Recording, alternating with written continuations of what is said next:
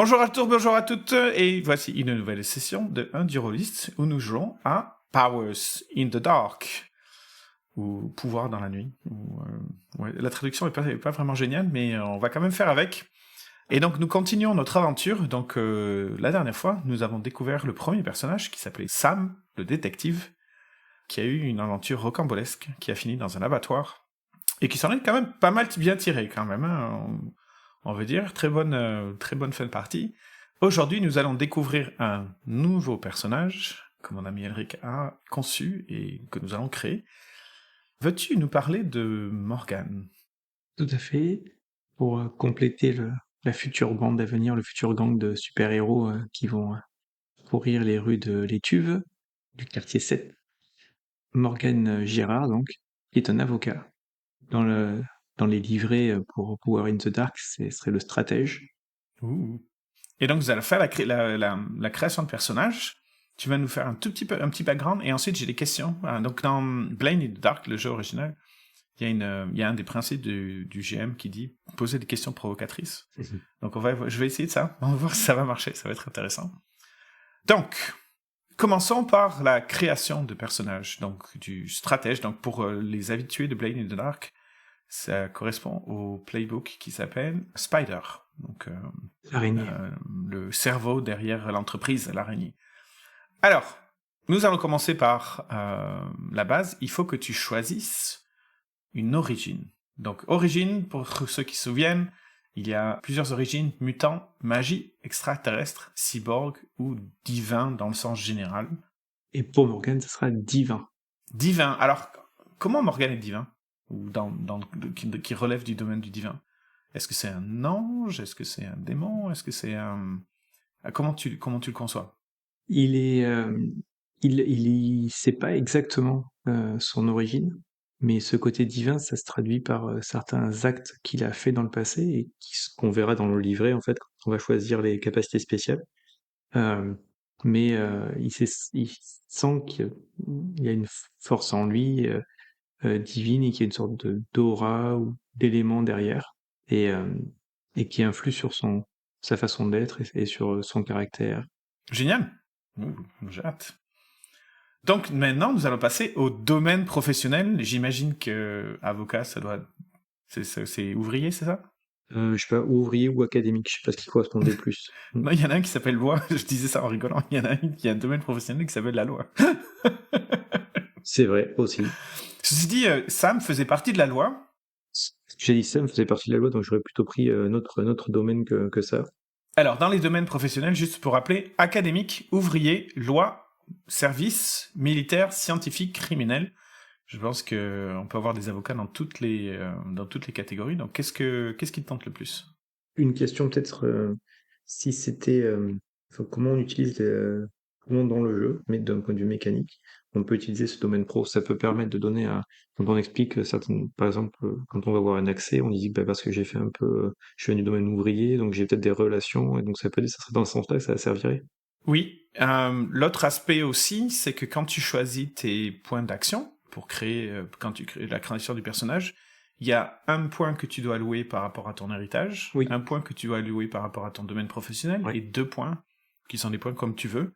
Donc ça influence aussi le type d'attribut que tu vas avoir.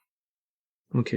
Parce qu'après, ce que je pourrais faire, là, c'est du méta entre guillemets, forcément, c'est pour optimiser le gang, puisque Sam est d'origine la loi, puisque c'était un policier, et que le troisième personnage largement va être dans l'académique, je pourrais plutôt choisir un autre secteur pour compléter le tout. Et donc ça pourrait être soit il y a quelque chose comme tu as dit, on a dit ouvrier, militaire.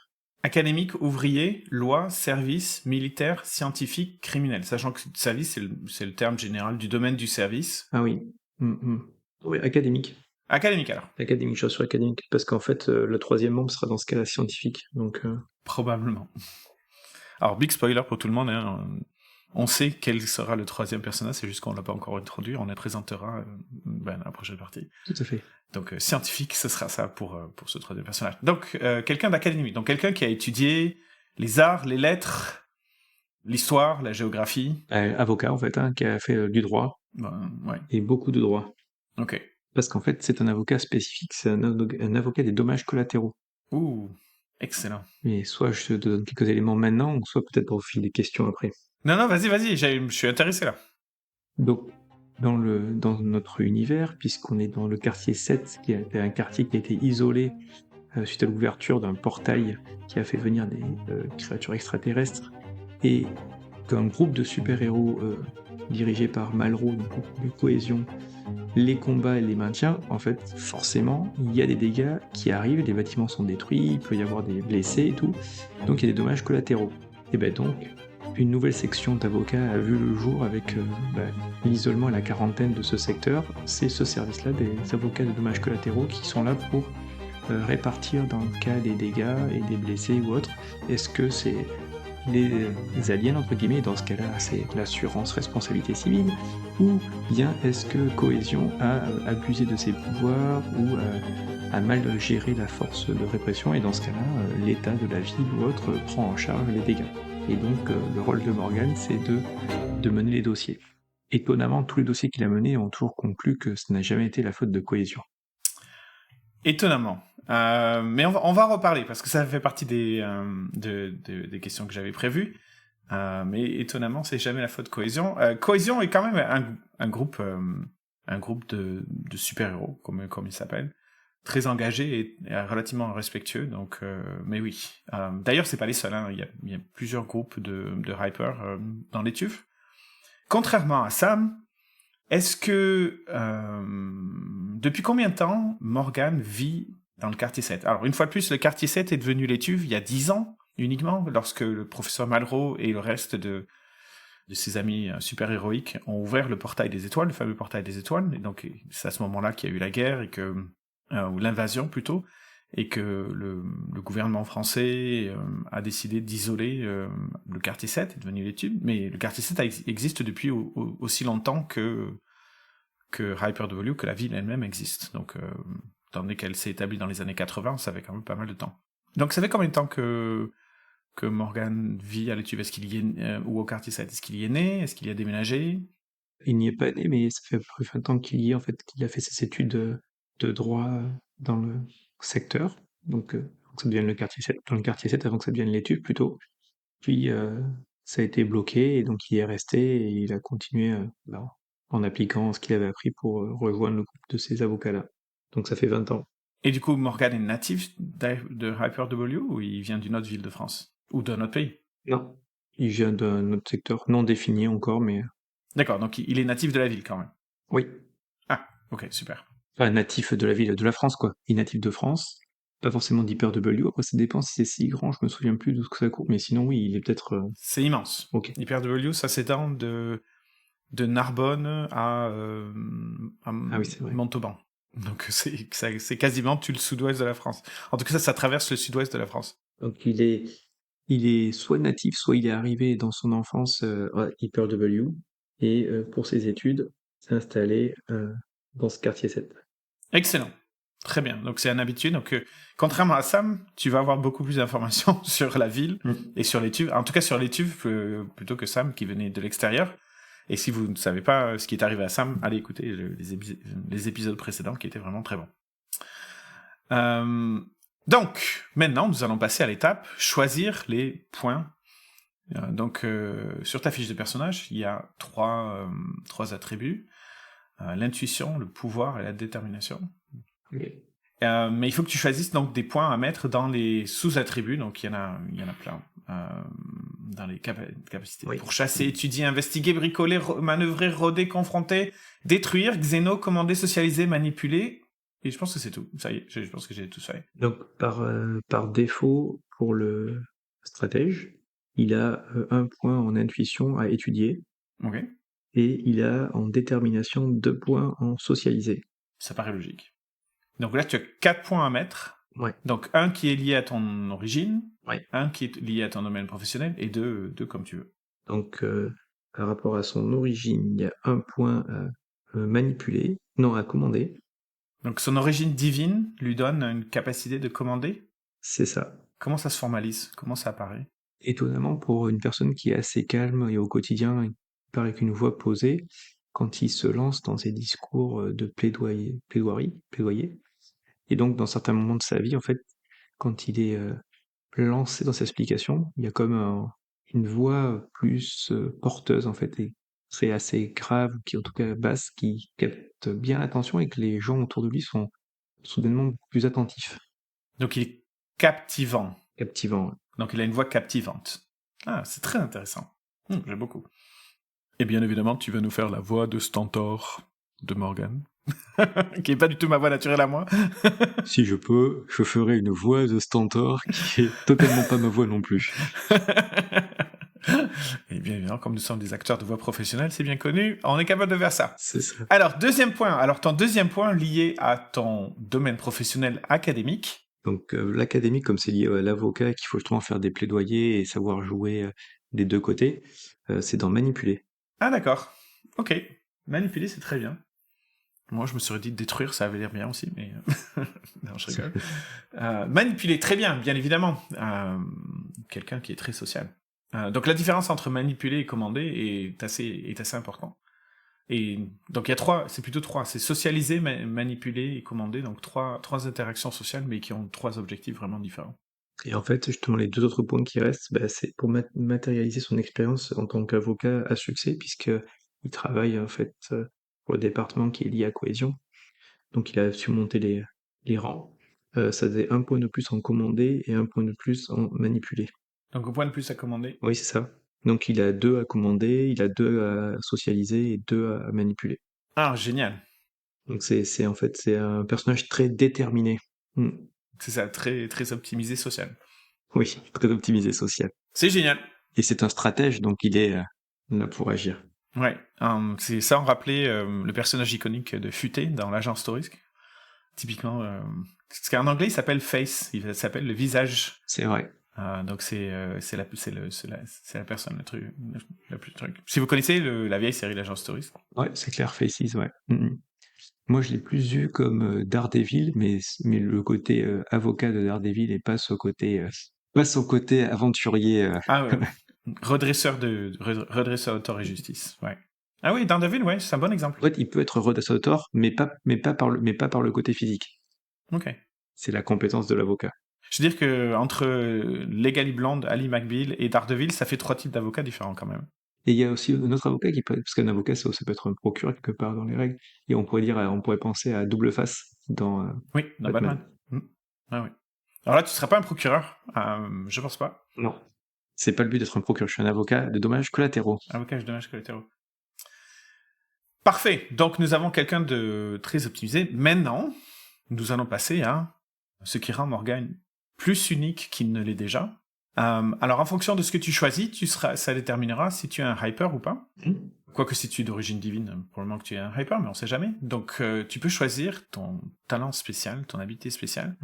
Dans ton habilité spéciale, il y en a plusieurs qui sont liées au stratège. Il y a prémonition, prévoyance, relation, vice sous contrôle, pacte spirituel, tolard, génie du mal et préparer un plan. Donc on a vraiment des types de stratèges différents. Quel est ton choix? De toute façon, pour faire le lien avec le divin, j'avais choisi le pacte spirituel. Pacte spirituel. Qui fait que lorsque je conclus un marché en serrant la main ou en rédigeant un contrat écrit, votre partenaire et vous, humain ou autre, portez désormais chacun la marque de ce serment. Génial. Et si l'un de vous deux enfreint le terme du contrat, il subit une blessure de niveau 3 en étant maudit. Et je trouvais que ça allait bien. Ouh, waouh. Alors, sachant qu'il y a 4 niveaux de blessure, hein, Oui. à Blinded in the Dark, donc niveau 3, c'est déjà... c'est assez balèze, quand même. Ça fait un peu, quand même, démon, je fais un pacte avec le diable, etc., etc. Tout d'un coup, quand tu rajoutes divin, l'origine divine et le pacte spirituel. Donc en fait, tu es un hyper qui évolue dans le domaine de l'âme, dans le domaine du spirituel, en gros. Vraiment très intéressant. C'est ce qui m'a aussi aidé dans les contrats et autres, c'est que voilà, on sait que quand je signe ces contrats-là, ils sont bien respectés. Sinon, il y a eu des conséquences. Donc ça donne aussi du crédit. Ouais, ça donne un certain crédit, ouais. C'est très intéressant. Nous continuons dans la création du personnage, et il faut que tu choisisses un ami proche et un rival. Ah, tu penses... Alors, peut-être commence par celui que tu veux. C'est celui qui a l'air d'être le plus évident, peut-être. Oui, j'ai oublié de réfléchir à ça. Mhm. Ok. L'ami proche et le rival. Tu peux juste... T'es pas obligé de leur donner des noms, tu peux juste réfléchir à des concepts ou quelque chose comme ça. Ouais, tout à fait, je trouverais le nom après. Le rival, c'est facile, ça va être... le truc un peu standard, c'est l'avocat compétiteur. On est souvent sur des dossiers opposés et on s'affronte et voilà. Donc, c'est un avocat pareil qui est dédié aux dommages collatéraux, c'est ça? Oui. Hmm. Et pour l'ami proche, je prendrais quelqu'un qui, pour pouvoir créer des interactions ou autre, quelque chose qui serait pas du tout pas du tout lié au métier. Quelqu'un que j'aurais connu à l'université, mais qui a fait une totale carrière différente. Mais si tu veux, je te laisse y réfléchir. On n'est pas obligé de le définir maintenant. Ouais, Quand tu seras prêt et que tu auras décidé ce que tu veux faire, ouais, il y en a un. Et puis, peut-être que ce sera la bonne personne au bon moment aussi, mais tu peux choisir qu'une fois. tout à fait. Je note ça, ouais. Et finalement, il faut choisir ton vice, puisque personne n'est exempt du vice dans Power in the Dark. Alors ça, c'est facile. Mon vice, ça sera mon devoir envers ma famille. Ouh. Parce que justement, avec tout ce qui fréquente et tout ça, ça peut le mettre en péril, mais il a eu tellement de mal à voir son enfant et à se créer une famille, peut-être parce que c'était aussi lié à son côté divin, que des fois la priorité devient presque sa famille. Et donc il fera tout pour protéger sa famille. Ouh, vraiment très bien. Ok. Donc, donc son vice, c'est le devoir, la famille. Ouais. Extraordinaire. Eh ben voilà. Donc on connaît maintenant Morgane. Gérard. Excellent. Pour compléter le tableau, 3 questions, dont certaines peut-être un petit peu provocatrices. Première question. Qu'est-ce qui a poussé Morgane à devenir avocat? Alors là, c'est plutôt basique. C'est l'intérêt de la justice et de se dire que chacun avait le droit d'être défendu avec les outils du système pour avoir les mêmes chances. Donc c'est ce côté déterminé à l'équilibre en fait et à offrir l'égalité des chances. Deuxième question. Jusqu'où irait Morgane pour faire prévaloir la justice? Et quand on parle de la justice avec un grand J, hein, la justice. Il est intègre, donc il ira jamais manipuler. Par contre, il ira sortir il sera prêt à étaler toutes tout ce qu'il aura pu trouver, quitte à ce que ça mette d'autres personnes dans l'embarras. Hmm. Donc un jusqu'au boutiste. Ouais. Excellent. Excellent. Troisième question, qui est en fait, qui va servir de lien avec le début de cette histoire. Tu viens de perdre une affaire à très haut profil, car le juge a accepté un pot de vin. Et tout le monde, tous tes amis, toutes tes relations t'ont tourné le dos. Sur quoi porter cette affaire? Ça, c'est une situation hypothétique ou c'est ce qui est vraiment arrivé? C'est ce qui t'est vraiment arrivé. Je répète, tu viens de perdre une affaire à très haut profil, car le juge a accepté un pot de vin. Et tout le monde, tes amis, tes relations, t'ont tourné le dos. Peut-être pas ta famille, mais tous les autres du point de vue professionnel. Sur quoi porter cette affaire? Juste pour clarifier, mes amis m'ont tourné le dos parce que j'ai perdu le truc ou parce que... Tu as été un peu désavoué, quoi. Tu décrédibilisé, désavoué entièrement côté professionnel, ouais. Il y a un truc qui drive Morgan, c'est le fait de travailler principalement pour les aventures de cohésion, c'est qu'il y a des choses qui sont un peu, justement, des pots de vin qui font que, enfin, des choses qui se passent qui font qu'au final, ils s'en sortent toujours, même quand ils devraient pas. Et ben peut-être que ça pourrait être cette première fois en fait, où là, dans le dossier, pour une fois, Morgan est quelque part avec quelque chose pour faire payer entre guillemets, voilà, ce gros groupe. Et finalement, entre le pot de vin et le juge, ça a décrédibilisé son travail. Et donc ça a pas pu les faire condamner. Et en faisant ce qui a été révélé comme sûrement une magouille avec le juge ou autre, en disant que Morgan a failli un serment, ou a utilisé des fausses preuves, ou quelque chose comme ça, quoi, ou a fait disparaître une preuve que le juge aurait pu cacher ou autre, ça l'a fait décrédibiliser. Donc donc l'affaire est portée sur un dossier d'une famille qui a perdu, et en plus elle touche d'autant plus, qui a perdu ses enfants et il reste plus que le père. Donc il a perdu sa femme et les enfants dans un dégât entre la troupe de cohésion et des extraterrestres qui étaient sortis. Et l'intervention de ces super de cohésion, cette famille a été tuée, quoi. D'accord. D'accord. Donc c'était une histoire de dommages collatéraux provoquée par un des membres de Cohésion par rapport à un affrontement avec des Xénos. C'est ça. Ok. Ce qui a résulté au fait que tu as perdu ton boulot, ta position d'avocat. Est-ce que tu étais indépendant? Est-ce que tu travaillais dans une firme? Je travaillais dans une firme. Ok, tu travaillais dans une firme. C'est bien payé parce que je pense qu'on pouvait choisir différents éléments et j'avais un truc comme quoi j'étais bien installé. Très bien. Ben, t'as perdu ce boulot-là, t'as perdu tes relations, même limite ton rival te considère plus comme son rival, ce qui est quand même l'affront ultime. Quoi. Et donc nous commençons, et voilà, on va dire, c'est assez récent, on va dire 2-3 mois, où tu es dans cette situation, et là tu essayes de remonter la pente, de recommencer ton travail. T'as perdu pas mal de connexions, ce qui est quand même probablement l'injure ultime dans ton travail. Mais la vie continue, et tu as décidé de te remettre à cheval, de remonter sur le cheval et de recommencer. Mais disons que dans ton domaine, surtout dans les domaines des dommages collatéraux, tu as pas beaucoup eu de succès parce que c'est tous tes anciens collègues, tes anciens rivaux, et aucun n'est intéressé à te reprendre pour l'instant. Donc tu as essayé d'élargir ta clientèle et tu as un peu, disons, ratissé large parce que tu veux du boulot. Est-ce que Morgan est quelqu'un qui aime ça, rester sans rien faire, ou est-ce que il préfère l'action, il préfère le travail? C'est quoi par rapport à sa relation par rapport à 3 mois sans pouvoir travailler du tout? Comment il l'a ressenti?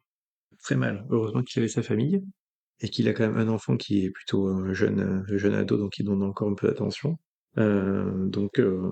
Mais très très mal, parce qu'il n'est pas resté inactif. Et c'est pas quelqu'un qui va utiliser son temps libre pour faire du bricolage, la pêche ou que sais-je. C'est son travail et sa famille. Point. D'accord. Donc tu as ratissé large et tu as reçu un jour une affaire qui t'a été envoyée. Alors, étant donné que tu as ratissé large, ça peut être tout et n'importe quoi. En l'occurrence, c'est du pénal. Donc, c'est pas forcément ton type d'affaire, pour être honnête. C'est du pénal puisque tu es l'avocat commis d'office dans le cadre d'un meurtre. Et donc, ton rôle est de défendre un jeune homme, à peine une vingtaine d'années, un peu plus qu'une vingtaine d'années, qui s'appelle Umesh Chopra, pour meurtre sur un policier de la borne Ouest 1.